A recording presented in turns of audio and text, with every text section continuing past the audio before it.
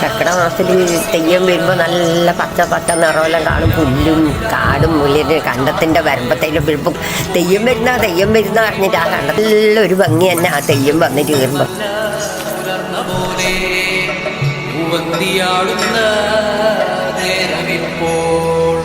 ആടി മാസത്തിൽ വിഷമങ്ങൾ മാറ്റാൻ വേണ്ടിയിട്ടാണ് കർക്കിടക ദൈവങ്ങൾ വരുന്നത്.